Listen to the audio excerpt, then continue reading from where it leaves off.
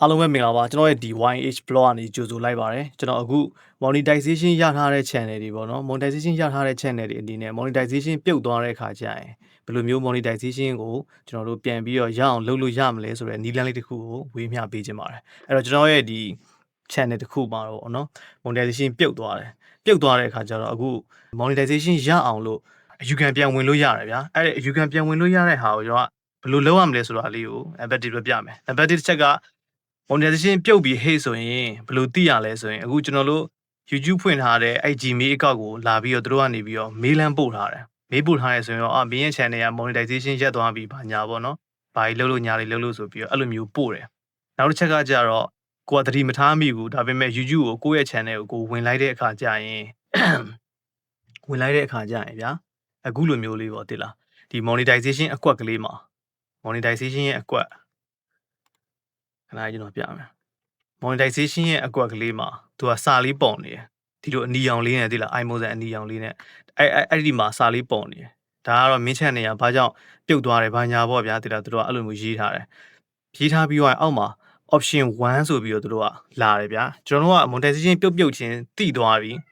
ဆိုရင်အဲ့ဒီ option 1ကို monetization ပြုတ်သွားပြီဆိုတဲ့အကြောင်းသူတို့ကပြောပြီးဆိုတာကျွန်တော်သိပြီဆိုတာ ਨੇ ကျွန်တော်တို့ကချက်ချင်းဘယ်လိုပြောရမလဲ affiliate video တင်လို့ရတယ်ဗျာအယူခံဝင်တဲ့ video မျိုးပေါ့တိလားမင်း channel ကအခုမှတခုခုဘာညာပေါ့ဗျာအကြောင်းမျိုးကြောင့်ပြုတ်သွားတယ်ဆိုရင်ဒါပြောမယ်ဆိုရင် use content လို့ဘာလို့ပေါ့နော်လူတိုင်းဘယ်လိုပြောရမလဲလုတ်တဲ့ဗီဒီယိုတွေမင်းသုံးလို့ပေါ့ကွာအဲ့လိုမျိုးပြုတ်သွားတယ်ဆိုပြီးတော့အဲ့လိုမျိုးပေါ့အကြောင်းမျိုးကြောင့်ပြောတာတွေရှိတယ်တချို့ကကျတော့လည်းအဲ့လိုကြောင့်မဟုတ်တချို့ကကျတော့တက်မှာသူတို့တားမြင့်ထားတဲ့စကားလုံးတွေပါလို့ကျွန်တော်တို့က monetization ပြုတ်သွားတာမျိုးတွေရှိတယ်အဲ့တော့ဘာကြောင့်ပြုတ်တယ်လဲဆိုတာမျိုးကိုကျတော့ဒီ YD Studio ရဲ့ဒီ dashboard မှာရှိတဲ့ဒီ monetization အကွက်ကလေးမှာအနီရောင်လေးနဲ့လာပြီးပြတယ်အဲ့ခါကျရင်ကျွန်တော်တို့ကတိပြီဆိုတာနဲ့affiliate video ပေါ့နော်ကျွန်တော်ကတင်လို့ရတယ်ဒီလား affiliate video ဘယ်လိုတင်ရမလဲဆိုတာမျိုးလည်းကျွန်တော်ပြောပြပေးမယ်နောက်ပြီးတော့ဘယ်လိုလုပ်ရမလဲဆိုတဲ့အဆင့်ကိုလည်းကျွန်တော်ရှင်းပြပေးမယ်အဲ့တော့လောဆယ်ကျွန်တော်ပြောပြချင်တာကအလားတိပြီဆိုရင်ကျွန်တော်တို့ကတင်လို့ရတယ်အဲ့ video ကိုသိလားတကယ်လို့အလားကိုကျွန်တော်တို့မသိခဲ့ဘူးဆိုရင်ကျွန်တော်တို့ကရက်ကကြော်လွန်သွားပြီဗျာသိလားကိုပြန်ပြီးတော့ဒီအယူခံဝင်ရမယ့်ရက်ကကြော်လွန်သွားတဲ့အခါကျတော့လုပ်လို့မရတော့နောက်ထပ် option 2ဆိုပြီးတော့ဒီမှာပေါ့နော်အခုလိုမျိုးထပ်ပြီးပြတယ်အဲ့ဒီခါကျရင်ကျွန်တော်တို့က affiliate video မတင်ရတော့ဘူးဗျာတင်လို့မရတော့သူတို့တကယ်လို့တင်လို့မရတော့ဘူးဆိုတာထက်ပေါ့နော်သူတို့တင်ခိုင်းမယ်ဆိုရင်ကျွန်တော်ကတင်ပေးရမယ်သူကအဲ့ကြရင်သူက date ပေးထားတယ်ကျွန်တော်တို့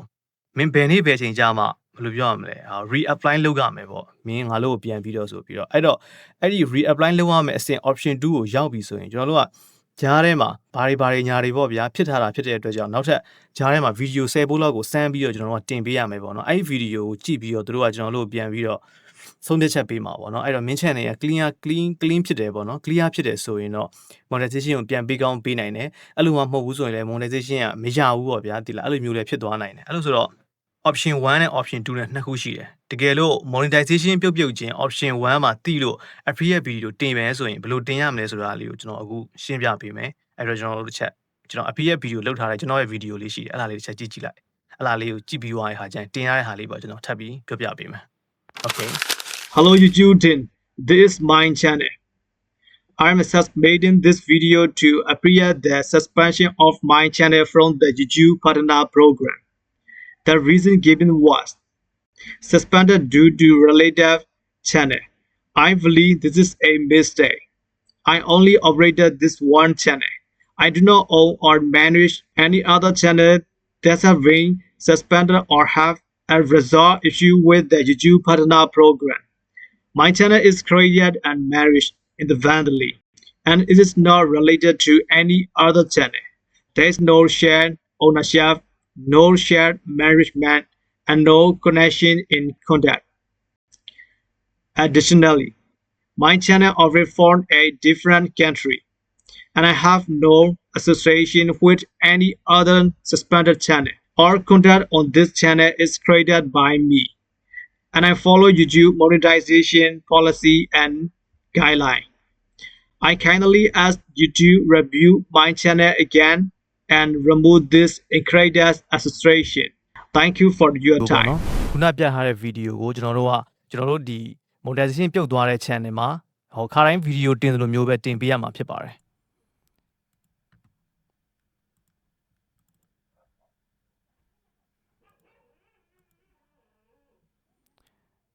သူကကျွန်တော်တို့ဒီ video တင်တဲ့အခါကျရင်ဘာမှဒီ template တွေပါတယ်ဘာမှထည့်စရာမလိုဘူးပေါ့နော်ဒီကောင်လေးခိုင်းလို့ပဲ next နှိပ်သွားပြီးတော့သူ့ကိုကျွန်တော်ဒီမှာ analysis ဆိုတာလေးဒီဟာလေးကိုရွေးပြီးတော့ကျွန်တော်တို့က save နှိပ်လိုက်မယ်ဆိုရင်ဒါကျွန်တော်တို့ကရပြီပေါ့နော်ကျွန်တော်ဒီ monetization ပြန်ပြီးတော့ရမရတော့14ရက်အတွင်းမှာသူတို့ပြန်ပြီးအကြောင်းပြန်မယ်ဆိုပြီးတော့ပြန်ပြောတယ်ပေါ့နော်ဒါပေမဲ့1ရက်2ရက်ဆိုရင်တော့မှကျွန်တော်တို့သိရပါတယ်အဲဆိုရင်ကျွန်တော်တို့ monetization ရမရဆိုတာကိုတော့ကျွန်တော်စောင့်ကြည့်ရမှာဖြစ်ပါတယ်သူများတကယ်လို့ဒါတကယ် use context မှန်တယ်သူများဗီဒီယိုတွေကိုကျွန်တော်တို့ကပြန်ပြီးယူတင်ထားတာမှန်တယ်ဆိုရင်တော့ကျွန်တော်တို့ဒါပြန်ရဖို့ကတော့မလွယ်ဘူးပေါ့ဗျာအဲ့လိုမှမဟုတ်ဘဲနဲ့တကယ်ကိုယ်ပိုင်ကိုယ့်အနေကိုလှုပ်ထားတဲ့ဟာမျိုးဆိုရင်တော့အဆင်ပြေပါတယ်အခုကျွန်တော်ဗီဒီယိုထဲမှာပြောသွားတဲ့စကားတွေကိုကိုယ့်အနေကိုစာစီထားတာမဟုတ်ဘူးဗျာကျွန်တော်ရဲ့ဒီ monetization ရက်သွားရတဲ့အကြောင်းရင်းကိုကျွန်တော် AI ကိုမေးပြီးတော့ ChatGPT ကိုမေးပြီးတော့ ChatGPT ကနေပြီးတော့ကျွန်တော်ကိုပြန်ပြီးတော့ဒီ secret ရေးပေးတယ်ပေါ့နော်အဲ့ secret ကိုကျွန်တော်ချရေးထားပြီးတော့ကျွန်တော်ကြည့်ပြီးတော့ဗီဒီယိုရိုက်ပြီးတော့သူတို့ကိုပြန်ပြီးတော့ဒီပြန်တင်ပေးတာဖြစ်ပါတယ်အဲဆိုရင်ကျွန်တော်အခုပြပြခဲ့တဲ့တောက်လျှောက်က